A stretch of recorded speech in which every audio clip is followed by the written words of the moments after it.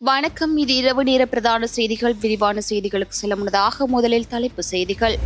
நாமலிடம் ரணில் பேசிய ரகசியம் வெளியானது அம்பலம். கோரதாண்டவமாடும் திடீர் வெள்ளம். பொம்மைகளைப் போல அடித்து செல்லப்பட்ட வாகனங்கள். அச்சத்தில் மக்கள்.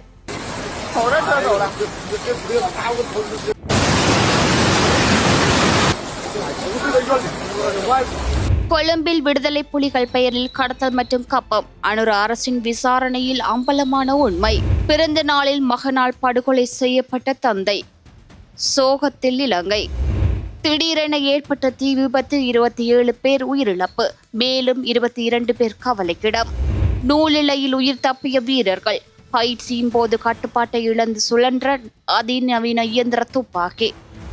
காட்டெருமையால் தூக்கி வீசல். நீதி அமைச்சருக்கு எதிரான பிரேரணையால் பயனில்லை. சீலரத்ன தேரர் சுட்டிக்காட்டு.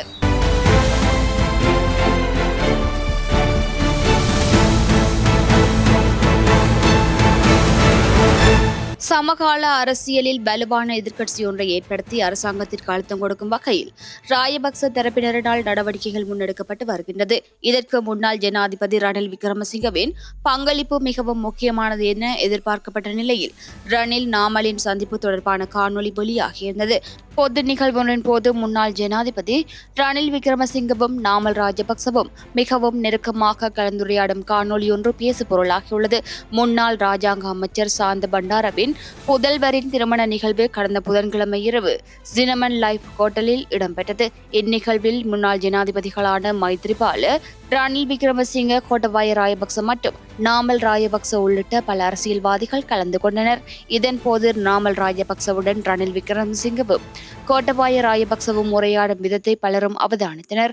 ரணிலுடன் பேசப்பட்ட விடயம் தொடர்பில் அங்கிருந்தவர்கள் கேள்வி எழுப்பியிருந்தனர். அதற்கு நாமல் பதிலளிக்கையில் தற்போதைய அரசியல் செயற்பாடு குறித்து ரணில் கேள்வி எழுப்பியிருந்தார். கிராமத்திற்கு கிராமம் வேலை திட்டத்துடன் நாடு முழுவதும் சென்று கொண்டிருப்பதாக குறிப்பிட்டார். தனிப்பட்ட விடயங்களை குறித்து உரையாடியதுடன் விரைவில் நேரடியாக இணைந்து பணியாற்றுவோம் எனவும் ரணில் குறிப்பிட்டதாகவும் நாமல் தெரிவித்துள்ளார்.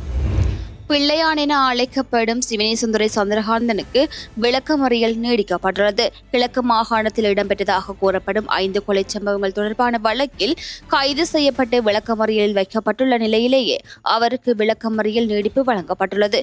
இது தொடர்பான வழக்கு இன்றைய தினம் விசாரணைக்கு எடுத்துக் கொள்ளப்பட்டுள்ள நிலையில் அவருக்கு இந்த உத்தரவை நீதிமன்றம் பிறப்பித்துள்ளது.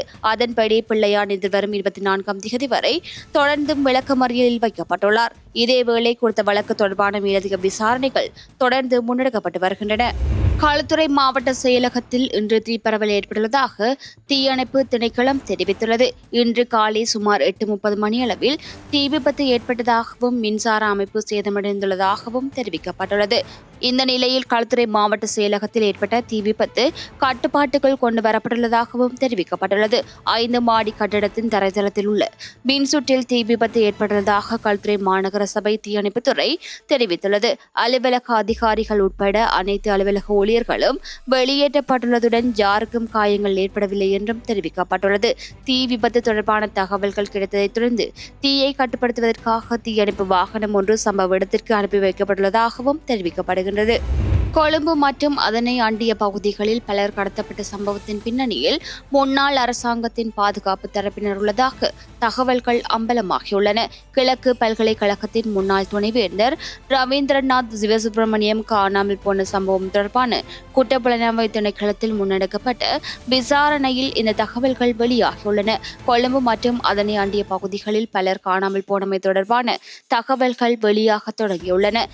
விடுதலை புலிகள் அமைப்பின் பெயர் பயன்படுத்திய அரசாங்கத்தின் பாதுகாப்பு பிரிவினரினால் கைப்பற்றப்பட்ட வாகனங்களே இந்த கடத்தல் மற்றும் காணாமல் போதல் சம்பவங்களுக்கு பயன்படுத்தப்பட்டுள்ளமை விசாரணைகளில் கண்டறியப்பட்டுள்ளது.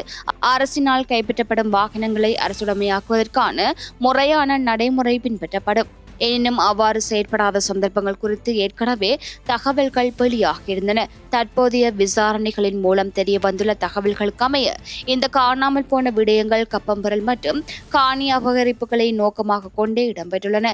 கொழும்பு மற்றும் அதன் சுற்றுப்புறங்களில் அதிக வணிக பெறுமதியை கொண்ட காணிகள் மற்றும் வீடுகள் பாரிய அளவில் கைப்பற்றப்பட்டுள்ளது.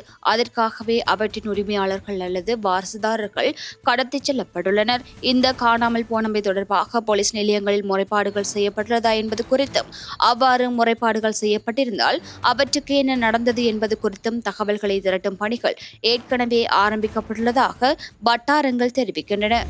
நீதி அமைச்சர் ஹர்ஷன நாணயக்காரவுக்கு எதிராக எதிர்க்கட்சிகள் கொண்டுவர திட்டமிட்டுள்ள நம்பிக்கையில்லா பிரேரணையால் எந்த ஒரு பயனும் ஏற்பட போவதில்லை என்று ஜனசேத பெரமுன கட்சியின் தலைவர் பத்ரமுல்ல சீலாரத்ன தேரர் தெரிவித்துள்ளார். கொழும்பில் நேற்று நடைபெற்ற ஊடகவியலாளர் சந்திப்பிலேயே இவ்வாறு குறிப்பிட்டுள்ளார். இதுகுறித்து மேலும் கருத்து தெரிவிக்கையில், நாடாளுமன்றத்தில் அரசுக்கு 160 உறுப்பினர்களின் பலம் உள்ளது. ஆளுங்கட்சியும் எதிர்க்கட்சியும் தற்போதைய சூழலில் ஒரே கொள்கையுடையவர்களாக செயற்படுவதால் இந்த நம்பிக்கையில்லா பிரேரணையை அரசு மிக எளிதாக தோற்கடித்துவிடும். எனவே இவ்வாறான பிரேரணைகளை கொண்டு வருவதில் அர்த்தமில்லை என்றும் குறிப்பிட்டுள்ளார். நீதித்துறையை போன்ற பொறுப்பு வாய்ந்த பதவிகளை சரியாக கையாளுவதற்கு பக்குவமும் முதிர்ச்சியும் அவசியம் என்று சுட்டிக்காட்டிய சீலாரத்ன தேரர், அமைச்சர் இன்னும் சிறுபிள்ளைத்தனமாகவே செயற்பட்டு வருகின்றார் என்றும் சாட்டியுள்ளார். நாடாளுமன்றத்திற்குள் மன்னிப்பு கோருவது மட்டுமே தீர்வாகாது. நீதி அமைச்சின் பொறுப்பு என்பது கண்ணீர் சிந்துவதோ அல்லது நாடகமாடுவதோ அல்ல. மாறாக சிறைகளில் நிலவும் பிரச்சினைகளுக்கு நடைமுறை சாத்தியமான மருத்துவ புனர்வாழ்வு மற்றும் நிர்வாக தீர்வுகளை காண்பதே ஆகும் என்றும் அவர் வலியுறுத்தினார். நாட்டின் ஒட்டுமொத்த சிறைச்சாலை துறையும் இன்று சீர்குலைந்துள்ளமை அரசின் நிர்வாக பலவீனத்தையே காட்டுகின்றது. கௌரவமான அரசியல் பின்னணி கொண்ட ஒருவரின் மகனாக இருந்தும் அமைச்சர் செயற்படும் விதம் நீதி அமைச்சுக்கே அவப்பெயரை தேடித்தருகின்றது என்றும் சீலாரத்ன தேரர் தனது ஆதங்கத்தை வெளியிட்டுள்ளார். மாத்தறை அக்குரச பரதுவ பிரதேசத்தில் தந்தையின் பிறந்த நாளில் அவரது மகன் அவரை கொலை செய்துள்ளதாக அதிர்ச்சி தகவல் வெளியாகியுள்ளது. அக்குரச பரதுவ பிரதேசத்தில் வசித்து வந்த 81 வயதுடைய முதியவரே மகனின் தாக்குதலால் உயிரிழந்துள்ளார். மதுப்பழக்கத்திற்கு அடிமையான குறித்த நபர் தனது தந்தையை கொலை செய்துள்ளதாக அக்குரச போலீசார் தெரிவித்துள்ளனர். வயிற்று பகுதியில் ஏற்பட்ட காயங்களே மரணத்திற்கு காரணம் என்பது உறுதிப்படுத்தப்பட்டுள்ளது. மாத்தறை பொது வைத்தியசாலையின் சட்ட வைத்திய அதிகாரியினால் மேற்கொள்ளப்பட்ட பிரேத பரிசோதனையின் பின்னர் சடலம் ஒப்படைக்கப்பட்டுள்ளது. இச்சம்பவம் தொடர்பான மேலதிக விசாரணைகளை அக்குரச போலீசார் மேற்கொண்டு வருகின்றனர். தாய்லாந்து நாட்டின் தலைநகரான பாங்காக்கின் சாதுசாக் மாவட்டத்தில் அமைந்துள்ள புகழ்பெற்ற டிராங்பீர்னா லாட் பிராவ் என்ற இரவு நேர கேளிக்கை விடுதியில் நேற்று நள்ளிரவு பயங்கர தீ விபத்து ஏற்பட்டுள்ளது. இந்த விபத்தில் சிக்கி இதுவரை 9 ஆண்கள் மற்றும் 18 பெண்கள் உட்பட மொத்தம் 27 பேர் பரிதாபமாக உயிரிழந்துள்ளனர். மேலும் 63 பேர் பலத்த காயமடைந்து மருத்துவமனையில் அனுமதிக்கப்பட்டுள்ளனர். அவர்களில் 22 பேரின் நிலைமை மிகவும் கவலைக்கிடமாக இருப்பதாக மருத்துவமனை வட்டாரங்கள் தெரிவித்துள்ளன. நள்ளிரவு சுமார் 12 மணியளவில் கேளிக்கை விடுதியில் இரவு இசை நிகழ்ச்சி நடந்து கொண்டிருந்த போது மேடையின் அருகே இருந்த மின்சார சுவிட்ச் போர்டில் திடீரென மின்கசிவு ஏற்பட்டு புகை வந்துள்ளது. அடுத்த சில நொடிகளில் மின்சாரம் துண்டிக்கப்பட்டு பலத்த சத்தத்துடன் வெடிப்பு ஏற்பட்டுள்ளது.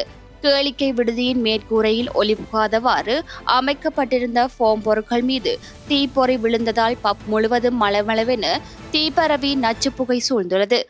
கேளிக்கை விடுதியின் முன்பக்க நுழைவாயிலில் தீ கொழுந்து விட்டிருந்ததால் உள்ளே இருந்த நூற்றுக்கணக்கானோர் அலறி எடுத்துக்கொண்டு பின்பக்கம் இருந்த அவசர கால வழியை நோக்கி ஓடியுள்ளனர். ஆனால் அங்கு பீர் பெட்டிகளும் மேசைகளும் அடைத்து வைக்கப்பட்டிருந்ததால் அவசர கால வழிகள் முற்றிலும் முடங்கியிருந்தன. இதனால் வெளியேற வழியின்றி கழிவறை மற்றும் சமையலறை பகுதிகளில் தஞ்சமடைந்த பலரே புகையினால் மூச்சு திணறி பரிதாபமாக உயிரிழந்துள்ளனர். ரஷ்யாவில் ஹெலிகாப்டருக்காக வடிவமைக்கப்பட்ட சக்தி வாய்ந்த Yak-12 இயந்திர துப்பாக்கியை தரைவழி பயிற்சியில் வீரர்கள் பயன்படுத்திய போது அதன் அதிகப்படியான பின்னுதைப்பு மற்றும் கட்டுப்பாட்டை இழந்ததால் துப்பாக்கி சுழன்று விபரீதம் ஏற்பட்டுள்ளது. அருகில் நின்ற வீரர்கள் காயமின்றி அதிர்ஷ்டவசமாக உயிர் தப்பிய இந்த திகிலூட்டும் காட்சி சமூக வலைதளங்களில் வைரலாகி வருகின்றது. 4 குழல்கள் கொண்ட இந்த அதிநவீன சுழல் இயந்திர துப்பாக்கி போர் விமானத்திற்காக உருவாக்கப்பட்ட துப்பாக்கியாகும். தரைவழி நிலைப்பாட்டில் பொருத்தி பயன்படுத்திய போதே கட்டுப்பாட்டை மீறி இது சுழன்றுள்ளது.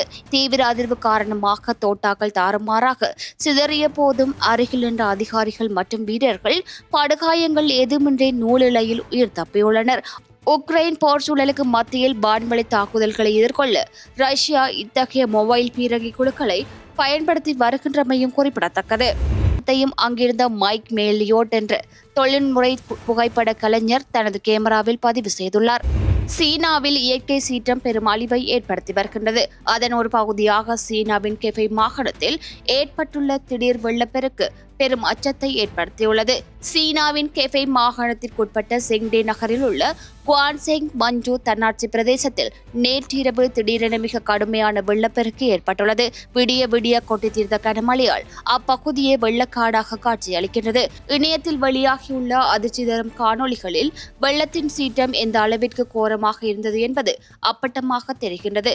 சாலைகளில் நிறுத்தப்பட்டிருந்த நூற்றுக்கணக்கான வாகனங்கள் வெள்ள நீரில் அடித்துச் செல்லப்பட்டுள்ளன. வெள்ளத்தால் பாதிக்கப்பட்ட பகுதிகளில் மீட்பு மற்றும் நிவாரணப் பணிகள் தற்போது போர்க்கால அடிப்படையில் தொடர்ந்து முன்னெடுக்கப்பட்டு வருகின்றன. பாதிக்கப்பட்ட மக்களின் பாதுகாப்பை உறுதிப்படுத்தவும் அவர்களை பாதுகாப்பான இடங்களுக்கு வெளியேற்றவும் சீன அதிகாரிகள் தங்களது நடவடிக்கைகளை தீவிரப்படுத்தியுள்ளனர்.